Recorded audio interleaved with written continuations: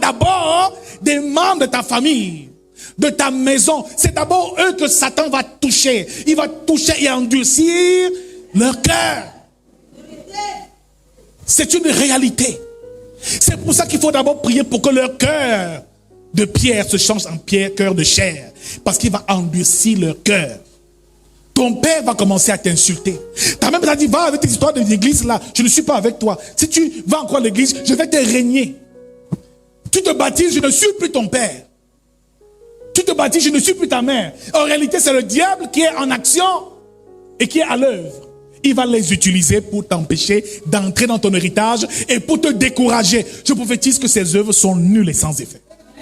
Je pratique qu'à partir de ce jour, tous ceux qui ne croyaient pas en toi dans ta maison, bien-aimé, je déclare que tu seras prophète dans la maison de ton père, dans ta nation, dans ta patrie.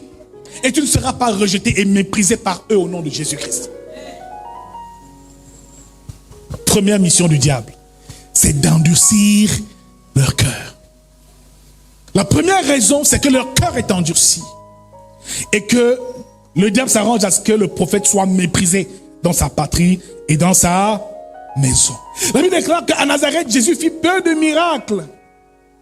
Il ne put faire là aucun miracle, si ce n'est qu'il imposa les mains à quelques malades et les guérit, et il se tenait de leur incrédulité. Donc, Jésus faisait tout ce qu'il faisait. L'endroit le plus difficile de son ministère, ce n'était pas les nations qui gagnaient, c'était son propre village. C'était sa propre maison. Il n'a pu faire aucun miracle à Nazareth. Dis avec moi, Jésus n'a pu faire aucun miracle à Nazareth. C'est incroyable. Jésus qui est le faiseur de miracles. Le Dieu et la puissance de Dieu manifestés sur terre. C'est dans sa famille que ça l'a dépassé. C'était compliqué.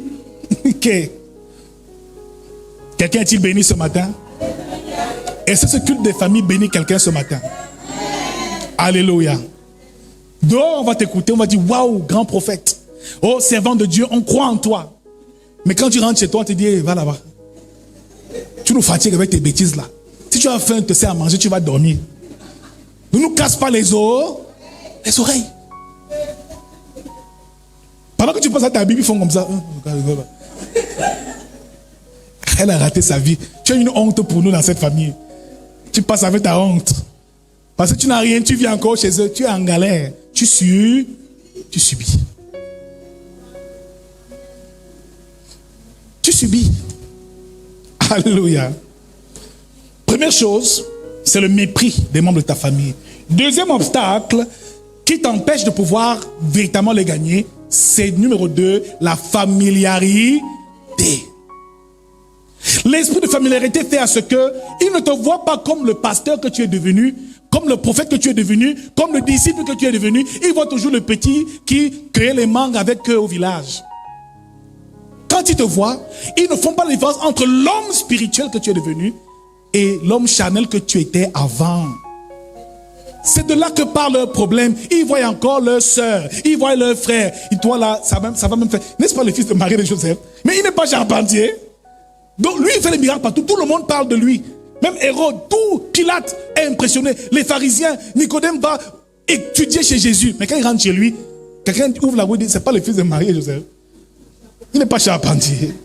C'est lui qui fait les miracles. Ah, quand il fait les miracles, où? Qui nous laisse ça? C'est eux qui diront ça.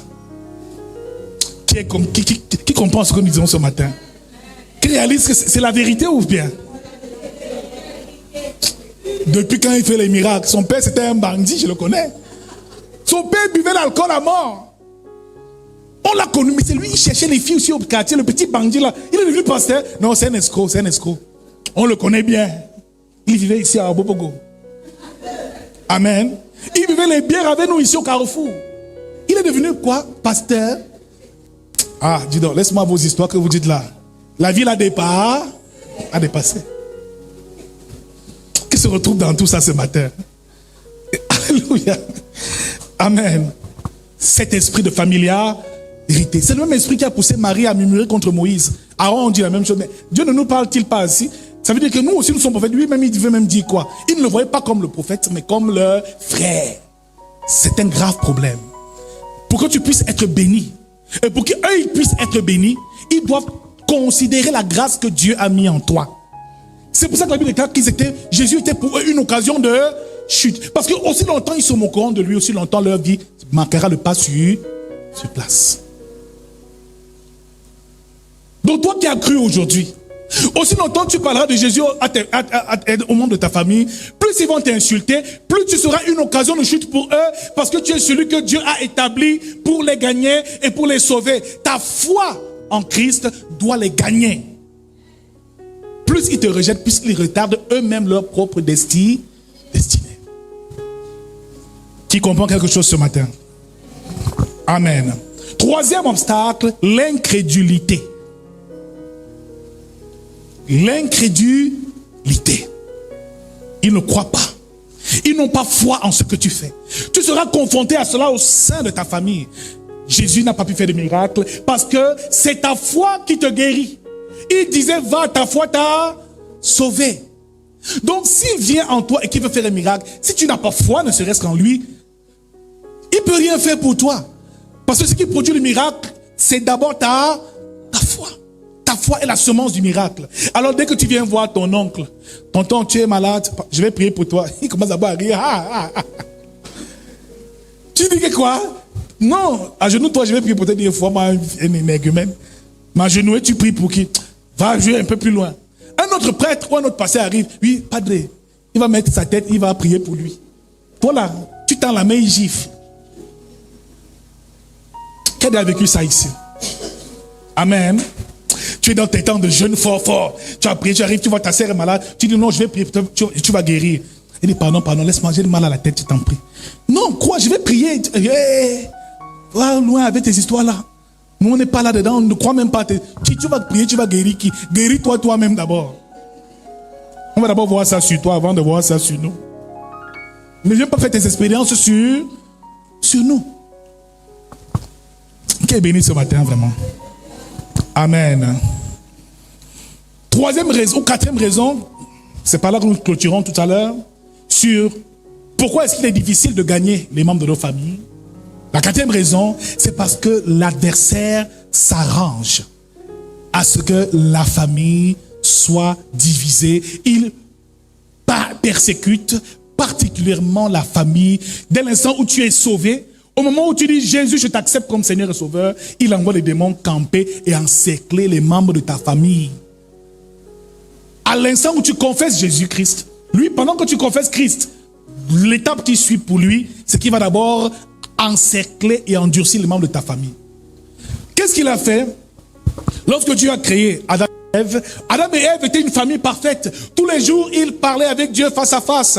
Ils étaient en communion avec Dieu. Dieu venait parler. Ce que Dieu a voulu faire, et il s'est changé en serpent. Il est venu corrompre Ève.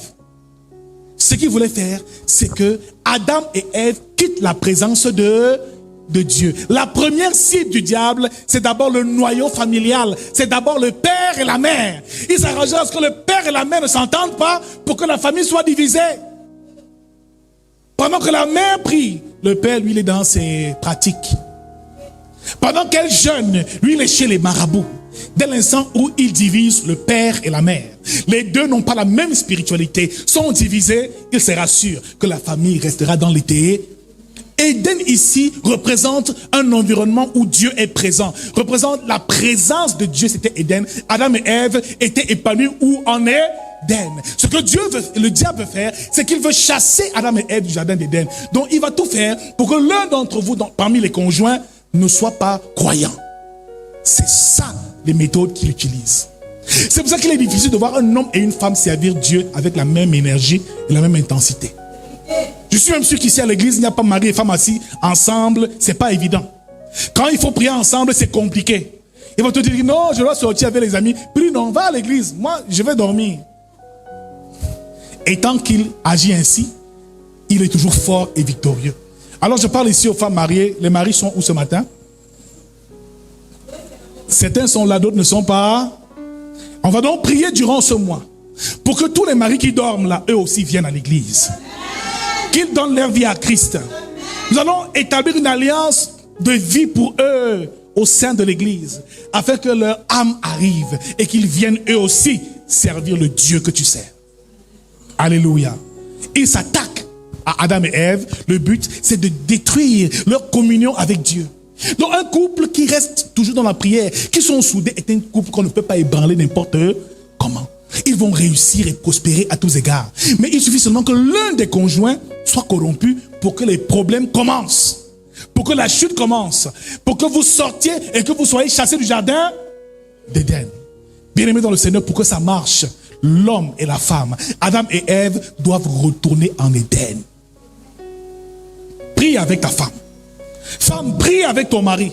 Servez Dieu ensemble. Et ensemble, vous serez forts. Le diable, il n'y aura aucune faille. La première cible, c'est le mari et la femme. C'est l'homme et la femme.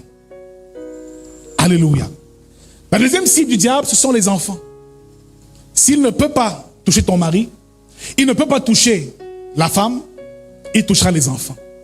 Tu verras un couple de pasteurs, les enfants sont des brigands. Les filles sont des prostituées. Tu es chrétien, mais quand tu rentres chez toi, c'est Sodome et Gomorrhe.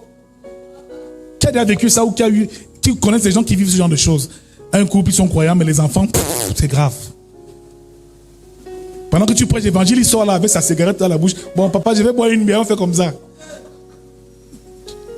Et quand les gens viennent, mais pasteur, c'est qui là-bas? C'est mon fils aîné. Ah, mais comment il est comme ça? Il dit, ah, je vais faire comment? Il m'a déjà dépassé. Donc, si tu t'amuses, toi, chrétien, il ne va pas seulement vouloir détruire ton foyer. S'il n'arrive pas à t'atteindre, toi et ta femme, il va vouloir détruire plutôt tes enfants. Ils deviendront bizarrement rebelles. Donc, tu as intérêt à prier pour leur salut parce que ces enfants-là sont encore des païens. Ne crois pas que parce que tu es chrétien, tes enfants ont cru en Christ. Hein? Ne t'amuse pas donc. Tous les jours, prie pour le salut de leur... En priant pour dire, j'espère que tu donneras ta vie à Jésus un jour. Parce qu'entre-temps, c'est encore un gros païen. Amen. Dis avec moi, mes enfants, qui sont encore tout petits, sont encore des païens. Donc sache à la maison que tu élèves des païens. C'est des gars qui vont se bagarrer, s'insulter, se faire des bêtises. Tu vas te demander, mais ceux-ci même n'ont jamais cru ou quoi? C'est pas parce que tu es serviteur de Dieu que tes enfants seront serviteurs de Dieu. Amen. Tu es pasteur comme ça, tu es assis chez toi, ta fille sort avec une de ces dangereuses mimi. Tu ouvres d'abord un œil, tu poses la Bible. Et papa, je sors avec mes copines. Ah! Tu fais l'habillement, tu commences à prier, à parler en langue. Tu arrêtes ton cœur. C'est des choses qui arrivent. Hein? Ce sont des réalités. Tu es enfant de Dieu comme ça, tes enfants te font honte. Tu ne peux même pas sortir avec eux. L'autre a les locks ici, l'autre fume, l'autre a les tatouages ici, l'autre a les piercings ici, les piercings sur la langue, les yeux percés. Et tu dois gérer ça. Mon frère, ta bataille, c'est dans la maison. Ton combat, c'est dans la... Tes genoux là, c'est pour que cela soit gagné. Et enfin, tu auras la paix au nom de Jésus-Christ. Pourquoi est-ce qu'il est difficile de convertir dans nos familles? Et quelles sont les armes que l'ennemi utilise? Nous les verrons certainement les prochaines fois. Mais nous sommes encore ici sur les stratégies de l'adversaire. C'est que l'adversaire s'attaque à l'équilibre de la famille. Il s'attaque à Adam et Ève, à l'homme et à la femme, mais il s'attaque aussi aux enfants. Alléluia. Pour terminer, un dernier point que nous allons voir aujourd'hui, qui est un obstacle à la conversion des membres de nos familles, c'est notre jugement et le jugement que nous avons vis-à-vis d'eux. Ce n'est pas parce que tu es devenu enfant de Dieu que les membres de ta famille deviennent tous des sorciers. Généralement, dans nos églises, qu'est-ce qu'on fait souvent? Tu es déjà délivré, pardon, ça commence très, très vite. Ton père est sorcier, ta mère est sorcière, donc fuis, cache-toi, évite-les, ne prends plus leur argent. Ah, non! Ces gens auraient pu te tuer même étant bébé. Hein? Mais si t'ont laissé vivre jusqu'à ce que tu rentres dans l'église, maintenant, bizarrement, ils sont tous bizarres, c'est compliqué. Donc, il faut comprendre une chose, c'est que les membres de ta famille, ta mission, c'est de les sauver. Bien-aimé dans le Seigneur, que ton père soit sorcier, que ta mère soit sorcière, ou quoi que ce soit, même s'il est féticheur, il faut qu'il soit gagné à Christ. Amen. Le dernier obstacle, c'est nous-mêmes, à cause du jugement que nous avons sur les membres de nos familles. Ah, ce sont les païens, je ne vais même pas manger avec eux, je ne sors pas avec eux. Ah, ils ont leur réunion, pardon, c'est leur réunion de sorcellerie, je n'y vais pas. Fais attention. Fais très attention, parce que toi-même, le jugement que tu as pour eux peut influencer ta capacité à gagner leur cœur. Ton attitude peut les décourager totalement, et c'est ce que le diable désire. C'est ici que nous allons terminer, on poursuivra les prochaines fois. Nous allons prier ce matin pour que la grâce de Dieu se dépose dans la vie des membres de nos familles. Amen. Il y a des hôtels dans nos villages qu'il faut renverser, mais bâtir un véritable hôtel dans la vie de ta famille, c'est prioritairement d'abord la conversion des membres de ta famille. Si tu vis encore de telles choses, ton mari ne vient pas à l'église, c'est que tu as du travail à faire. Ta femme ne vient pas à l'église, c'est que tu as du travail à faire. Tes enfants ne font pas la prière, ne sont pas convertis, c'est que tu as encore du boulot à faire. Nous serons ici pendant ce séminaire. Ne manque pas. Comment gagner les membres de nos familles? C'est le thème que nous avons commencé. On va le poursuivre la semaine prochaine. Ne viens pas seul. Invite ton oncle, ta tante, tes frères, tes soeurs. C'est un programme spécial pour la délivrance et la guérison des familles. Dès la semaine prochaine, le programme prophétique commence vendredi. Prière de délivrance pour les membres de la famille et pour tous ceux qui ont des problèmes. Mon frère, parfois tu peux être à la maison. Tu veux réussir. Tu fais les concours. Mais tu ne sais pas que c'est ta fille qui est là ou ta nièce qui est là que le diable utilise pour te bloquer. L'ennemi ne cherche pas loin. Et quand tu viens te confier à elle, que j'aurai le travail demain, dès que tu le lui dis, le diable a déjà tout détruit. Donc tu as intérêt à ce que tous ceux qui sont chez toi ou qui habitent même dans ta maison viennent à l'église. Et je déclare qu'à partir de ce jour, ils vont te